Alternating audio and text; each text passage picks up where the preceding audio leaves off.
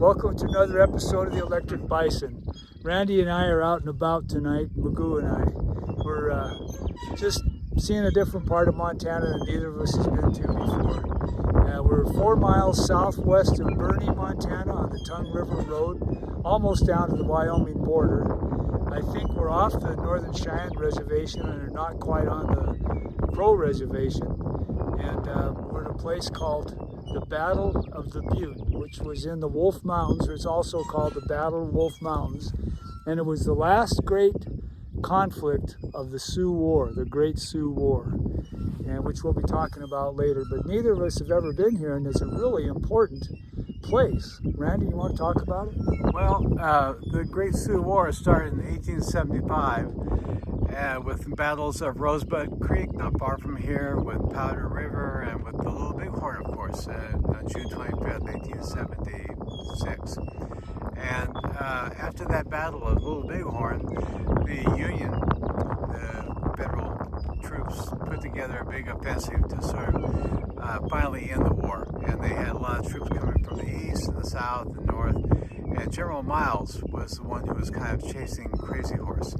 And they had some fights around, but this was the last battle, really, the last major battle between the Sioux and the Northern Cheyenne, with the Sioux played a major role on the Northern Cheyenne Reservation right now. But this is where they finally had to give up in the face of the U.S. Army power. And this is where it was. There were other places, Lame Deer down the road here, not very far, over at Muddy Creek, at Cedar Creek, a lot of battles where the Sioux were trying to hold off the inevitable, and the Northern Cheyenne were trying to hold off the inevitable, and here's where it finally ended. It's really interesting. That winter after Custer's, after the Battle of Little Bighorn, where Custer lost all those troops and himself, it was really only a colonel, Nelson Miles at the time. He pretty much took over, and he sent troops north to chase Sitting Bull up on the north of the Yellowstone River before you get to the Missouri in the winter. Real grueling. They called it, what was the name of the creek? It was called Cedar Creek, but it was actually Muddy Creek. Yeah, it wasn't. It was a big, not the big empty, the one that's up at Jordan. I'll think of it. But anyhow, so they chase down Sitting Bull, and they get a couple thousand people to give up there, and then Sitting Bull, he heads north with a couple hundred. So Nelson Miles goes back, gets more troops, sends them after Sitting Bull going north to Canada, all during the winter. And then he goes up the Tongue River looking for Crazy Horse, who's up in this country. And meanwhile, there was another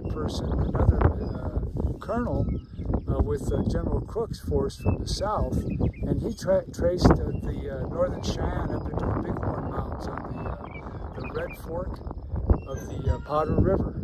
And it just, right in the middle of winter, made a real tough life for them. And they were able to defeat the Native Americans by taking away all their supplies and making them live, or try to live, in several feet of snow out in the mountains, both north of the Yellowstone and south of the Yellowstone. It's really quite interesting what was accomplished in that winter after the Custer massacre.